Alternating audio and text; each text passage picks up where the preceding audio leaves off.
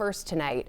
Not too long ago, there were lots of places where local bands would play and people could go dancing. But musicians tell us those places are harder to find nowadays. But up in the Rockland area, a new band is trying to bring the dancing back. 207's Don Kerrigan decided to check them out. Hey, Don. Yeah, not the guy you'd expect to do the dancing story, right? Don't worry. You're not going to, this is about went to a rehearsal. You're not going to have to watch me dance. But this band and their story really caught my interest for one reason, because they're named after the hall where they play, the Watts Hall Dance Band. And also because there's a mix of ages in this band, meaning some of the performers have been around a while. Most of them have day jobs. A few are retired. And almost all have been making music with others for years.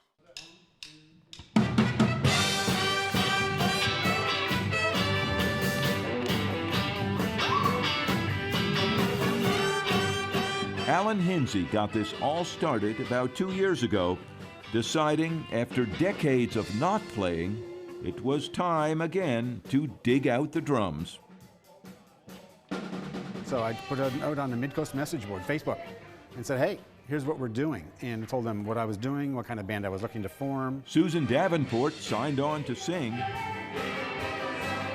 I've been singing all my life. I was in a USO tour. I've been in community choruses here in town. She also sings jazz with Bill, who brought his keyboard.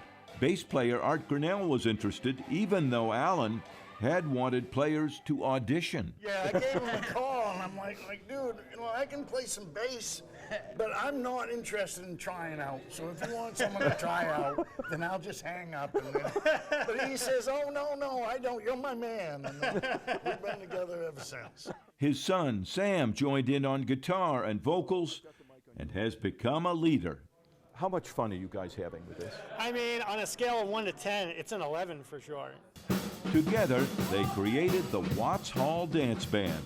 High-energy music, Alan calls it.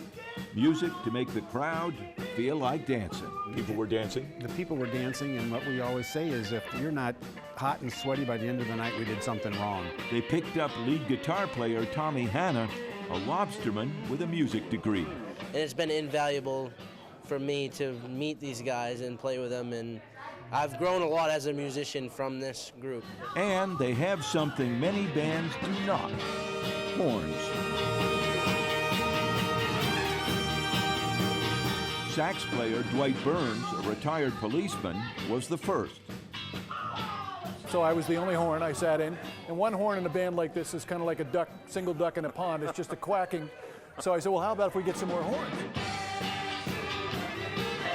He did, and now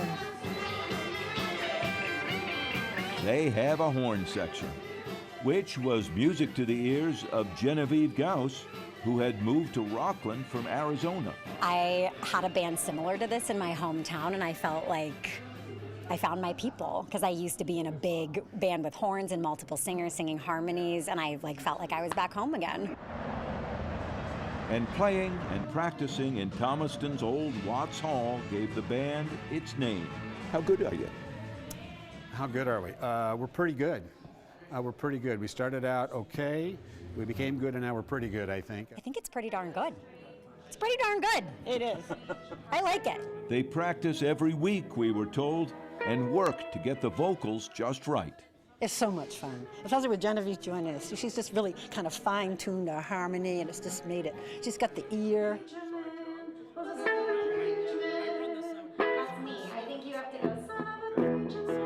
When we're singing now, it's the harmonies, and it's just great. We're just so happy. Perfect. And while it might seem surprising, at Watts Hall they say a key to the band's popularity is the mix of ages, ranging from Tom in his 20s on lead to others in their 60s and 70s. I think it's nice that people in the audience can see themselves reflected in the various people on stage. It is amazing, and just the talent that we have that's the amazing part of it. And age has zero to do with it.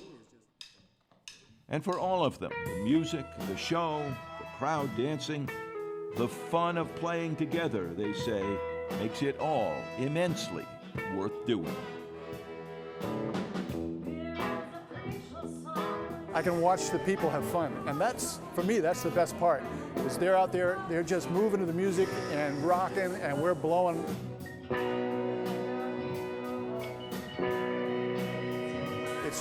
It's magic. It's a beautiful thing.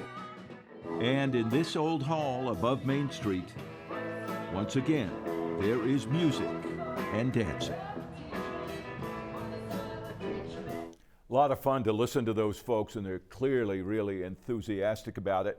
Now, if you live in the Thomaston, Rockland area or want to make the trip, they have their annual spring dance party March 30th. Saturday, March 30th at Watts Hall in downtown Thomaston. The folks who run the hall say get your reservations, buy your tickets early because it'll always sell out. And they've got a benefit concert in May in Rockport for the YMCA. So you know what really got my attention, as you might have seen in the piece, is this mix of ages. Yeah, you know, you've got keyboard player who's a jazz player but can play anything, and he's in his 70s. Wow. Some of those horn players, those in their 60s, 70s. Alan Hinsey, the drummer, is about to be 70. Yep. But that lead guitarist, I think he's 24-5, and all of this, and they clearly just love this. I love it, and I love watching them play together. And I've got to say too, I feel like I was transported back to when I was little, and I heard my grandparents talking about going out to the dances and swinging together. So this is great stuff. Thanks, John.